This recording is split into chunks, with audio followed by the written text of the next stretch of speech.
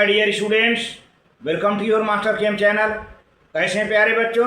Very good. तो आज मैं Amla Shankar Yadav master chem channel की तरफ से क्लास 11th के बच्चों को थर्मोडायनेमिक्स चैप्टर से वीडियो लेके आया हूं और आज का यह वीडियो लास्ट है और आज ये चैप्टर एंड हो जा रहा है। थर्मोडायनेमिक्स का अंतिम वीडियो है ये और इस अंतिम वीडियो में मैं डिस्कशन करने जा रहा हूं थर्ड लॉ ऑफ थर्मोडायनेमिक्स।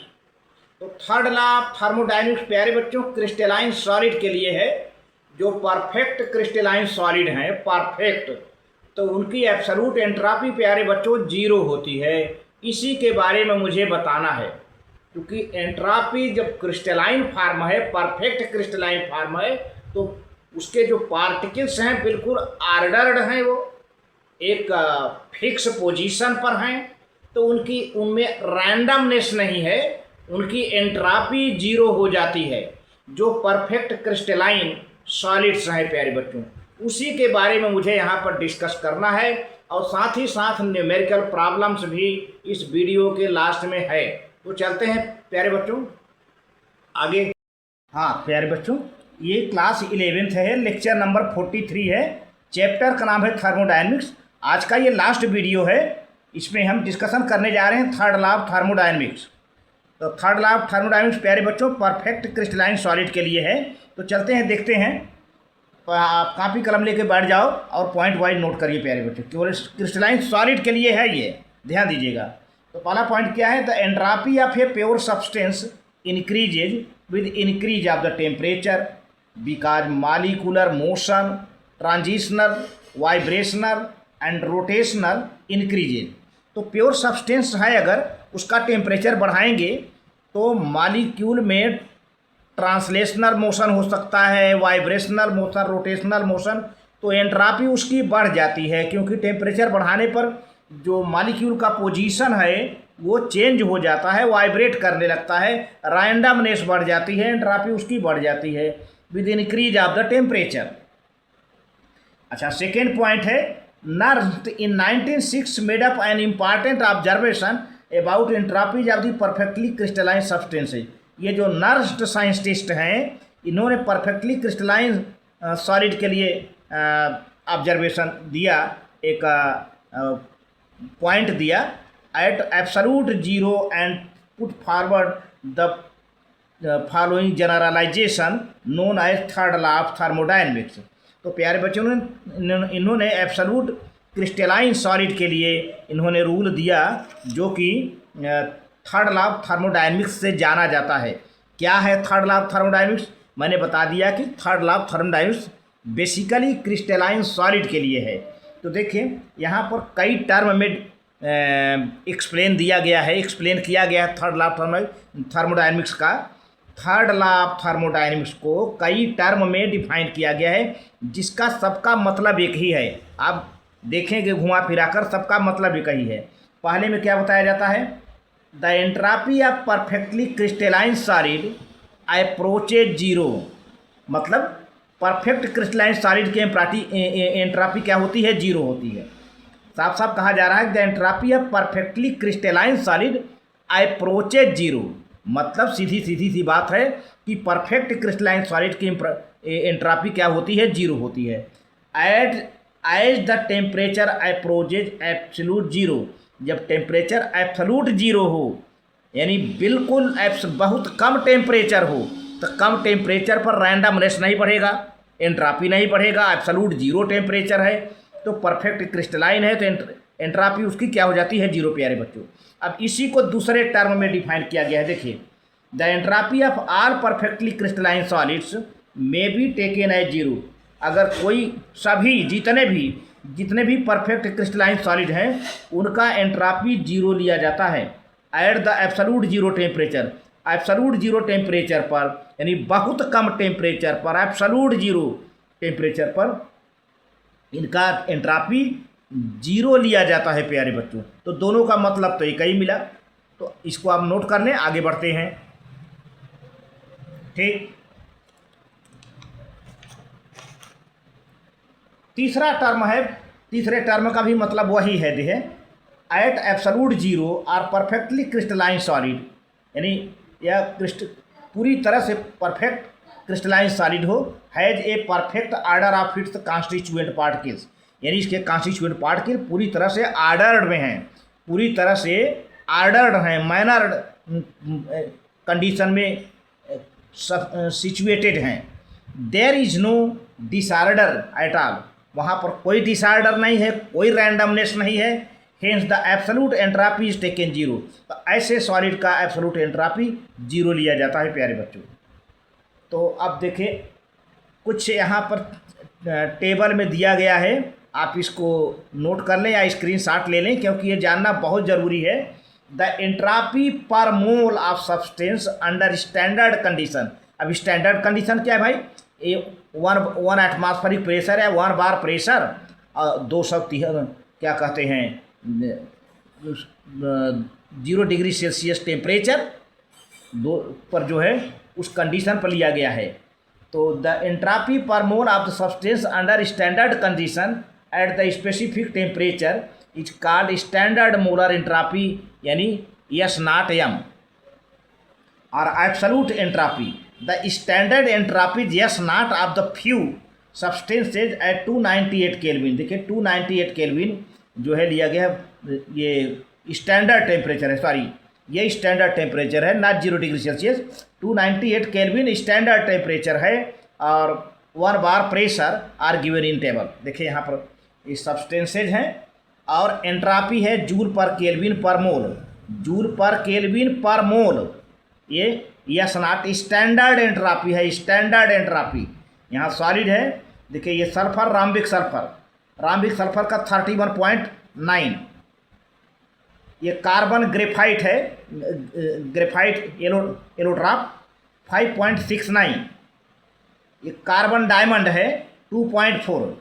देखिए डायमंड में एंट्रोपी काफ़ी कम है, क्योंकि डायमंड बहुत ज़्यादा सॉलिड होता है, बहुत ज़्यादा सॉलिड होता है, तो 2.4 है। एल्युमिनियम का 96.2 है, सोडियम क्लोराइड का 72.38 है, कैल्शियम कार्बोनेट जिसे कैल्साइड कहते हैं 92.9 है, कैल्शियम ऑक्साइड 39.8 है, वाटर का देखिए 69.9 है, जो है मरकरी का 76.0 है, एस्टिक एसिड 159.8 है, एथेनॉल 160.7 है, बेंजीन 159.8 है। अब गैसियस स्टेट में आ जाते हैं, हाइड्रोजन का 130.6 है, ऑक्सीजन का 205.03 है। तो आप अभी तक देखिए सबसे कम एंट्रोपी किसका है? डायमंड का है।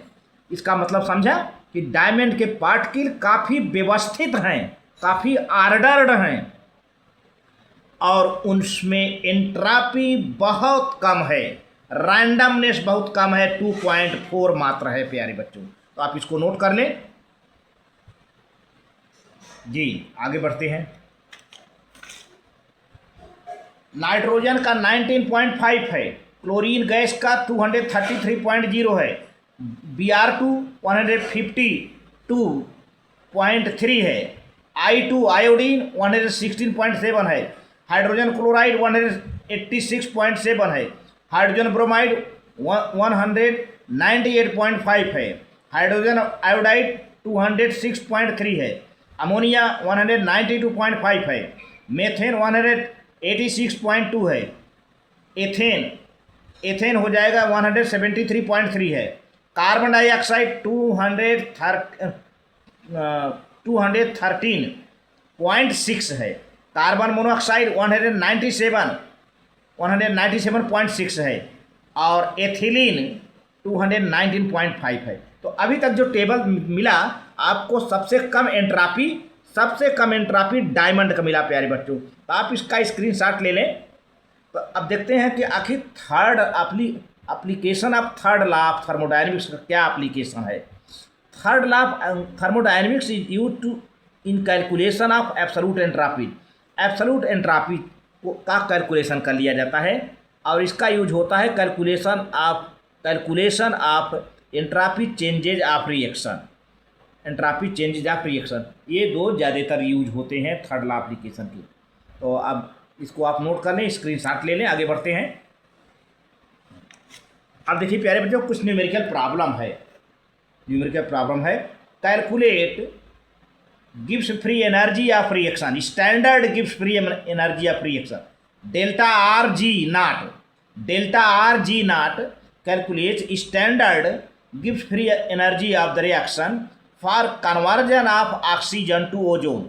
ऑक्सीजन ओजोन में कन्वर्ट होता है, तो ऐसी कंडीशन में स्टैंडर्ड गिब्स फ्री एनर्जी में चेंजिंग आती है, तो उसको आपको कैलकुलेट करना है। लेकिन यहाँ पर कुछ दिया गया है, 3/2 ऑक्सीजन गैसियस स्टेट में है, 3/2 molecules of oxygen converts into O3 ozone at 298 kelvin temperature दिया है। If the KP for this conversion is 2.47 into 10⁻⁻29, इतना वैल्यू दिया है प्यारे बच्चों।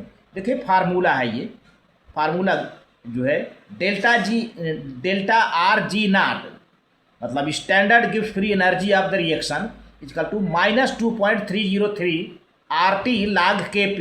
ये फार्मूला आप नोट कर लें, ये भी है। हालांकि स्टैंडर्ड गिव्स फ्री एनर्जी के हमने कई फार्मूले दिए हैं, ये भी नया फार्मूला है, आप नोट कर लें। Delta are G naught equal to -2.303 RT log Kp। अब आप देखिए वेरिएबल का दिया, सारा चीज़ दिया है। डेल्टा आर जी नाट लिख लिया, ये रहेगा, ये तो कांस्टेंट है, -2.303। फिर ये आर क्या है, आर की वैल्यू 8.314, ये आर की वैल्यू हो गया। टी है प्यारे बच्चों 298 केल्विन दिया है, 298। फिर लाग के लाग लिखा, फिर केपी की वैल्यू दिया है प्यारे बच्चों, ये है केपी की वैल्यू यहाँ पर 2.47 इंटू 10⁻⁻29। बहुत बढ़िया। तो ये पूरा अब जब आप सॉल्व कर लोगे प्यारे बच्चों, ये पूरा सॉल्व कर लोगे तो आपको क्या आएगा, ये प्लस 16329 जूल पर मोल आ जाएगा। यदि इकाई, दहाई, सैकड़ा, हज़ार, 10,000, लाख है ना, 1,63,229 जूल पर मोल ये आया। अब इसको किलो जूल में कन्वर्ट कर देंगे, तो ये डिवाइड हो जाएगा 1000 में, क्या हो जाएगा 163.2 किलो जूल पर मोल, ये आंसर आ गया। अब यहाँ पे आपको लाग की बात आई ना, ये जो लाग है, ये जो लाग 2.47 इंटू 10⁻29 है, इसको हम ऐसे कर लेते हैं। देखिए ये है -29, ये पूरी वैल्यू ध्यान दीजिए, ये पूरी जो सर्किल के अंदर है, ये पूरी वैल्यू डायरेक्ट कैलकुलेशन करते समय आप ये पूरी वैल्यू निकाल लेंगे। लॉगरिथम जिन बच्चों को आता है, log 2.47 इंटू 10⁻29, इसको -29 ये पावर है, प्लस अब इसका ले लेंगे क्या है 0.3927 टेबल से लिखेंगे। अभी आ जाएगा कितना प्यारे बच्चों, ऐड कर दोगे तो क्या आ जाएगा -28.6073, ये आ गया लाख की वैल्यू आ गई, जो है लाख की वैल्यू आ गई। अब यहाँ पे रख करके तब इसमें मल्टीप्लाई कर देंगे, तो ये माइनस में है, ये भी माइनस क्या हो जाएगा, प्लस में आया है ये आंसर। ठीक है, ये है अगला न्यूमेरिकल, आप इसको नोट कर लें, स्क्रीनशॉट ले लें कैसे कैसे लगा है। इस पूरे लाग को हमने अलग से यहाँ सॉल्व कर दिया है, यहाँ पर ये पूरे लाग को यहाँ पर अलग सॉल्व कर दिया है। ठीक, अगला क्वेश्चन है कैलकुलेट द इक्विलिब्रियम कांस्टेंट के या केपी कहीं कहीं लिखा रहता है, कोई दिक्कत नहीं है ना। For the following reactions at 400 kelvin temperature दे दिया है। NaOCl नाइट्रोजन ऑक्सीक्लोराइड NaOCl, ये गैसियस फॉर्म रिवर्सिबल रिएक्शन है, 2Na plus Cl2 gaseous state में है। Given that delta R H nought यानी standard enthalpy 80.0 kilo joule per mole and standard entropy of the reaction, entropy change of the reaction 120 joule per kelvin per mole eight 400 के। यहाँ पर देखिए ये तो joule per kelvin दिया है, लेकिन किलो जूल है प्यारे बच्चों, इसको जूल में कन्वर्ट कर लो 1000 से मल्टीप्लाई करके। तो देखिए यहाँ पर दिया है, पहले तो फार्मूला आप देखो, ये मेन फार्मूला पहले देखिए, मेन फार्मूला क्या हुआ, delta are G nought is equal to delta R H minus T into delta R S nought, है ना। सारे वैल्यूज रख लिया हमने। अब यहाँ पे ये जो वैल्यू है, यही वैल्यू है, ये किलो जूल में है, इसको हमने जूल में कन्वर्ट कर लिया है। 1000 से इस 80 में 80 में 1000 से मल्टीप्लाई कर देंगे तो 80,000 जूल माइनस टी की वैल्यू कितना है प्यारे बच्चों, 400 है, ये दिया है, ये 400 है, टी की वैल्यू 400 रख दिया, इनटू डेल्टा आर एस नाट एंट्रापी ये दिया है 120 जूल दे दिया है। सारी बात एकदम क्लियर है। आपने मल्टीप्लाई कर दिया, 32,000 जूल आ गया, डेल्टा आर जी नाट का वैल्यू आ गया। अब क्या है, अब ये फार्मूला क्या है, आपको के की वैल्यू निकालना है, तो फार्मूला भी हमने पिछले न्यूमेरिकल में बताया था, ये है फार्मूला, ये फार्मूला है, देख रहे हैं पहले इस फार्मूले को, यहाँ के पी के आप लिख सकते हैं, ये कांस्टेंट है। देखिए डेल्टा आर जी नाट माइनस 2.303 आर टी लाग के, अभी पिछला न्यूमेरिकल इसी बेस पर लगाया हूँ, यहाँ के है, के पी है, आप ये कांस्टेंट है, देख रहे हैं इक्विलिब्रियम कांस्टेंट है। अच्छा, अब इसकी वैल्यू आप निकाल लिए हैं, डेल्टा आर जी नाट का यहाँ से रख दिया यहाँ सामने, ठीक। इसके बाद माइनस 2.303 कांस्टेंट है, आर की वैल्यू 8.314 आता ही है, टी की वैल्यू यहाँ आपको दे दिया है 400 लाग के। तो अब लाग के देखिए, पहले आप लाग के निकाल लें तो 32,000 अपान ये पूरा वेरिएबल डिवाइड कर देगा, देख रहे हैं ना, तो आ जाएगा आपका क्या, -4.1782, या इसको आप कन्वर्ट कर लें, इसको लाग ले लें तो 5.8218 लाग ले लें, ठीक है ना। अब के की वैल्यू क्या आ जाएगा, एंटी लाग ले लें, इसी का एंटी लाग ले लें, एंटी लाग टेबल से, तो आ जाएगा 6.634 इंटू 10⁻⁻5 ये, ठीक है ना, एंटी लाग लेंगे। तो इस तरह से ये न्यूमेरिकल रहा प्यारे बच्चों, इस तरह से न्यूमेरिकल रहा। यहाँ पर देखिए 80 किलो जूल है ना, तो इसको 1000 से मल्टीप्लाई कर दिया तो 80,000 जूल हो गया। तो इस तरह से चैप्टर आज एंड हो गया, थर्मोडायनेमिक्स का चैप्टर एंड हो गया। मास्टर के चैनल पर जा कर के, मास्टर के अमलाशंकर यादव चैनल पर जा कर के आपको class 9th, class 10th, class 11th, class 12th, IIT JEE and NEET foundation के आपको वीडियोज मिलेंगे चैप्टर वाइज। तो बाकी चैप्टर चैनल भेज रहा है, आप उसे देखते रहें, इसका लाभ उठाते रहें प्यारे बच्चों, बहुत बढ़िया। तो थैंक यू।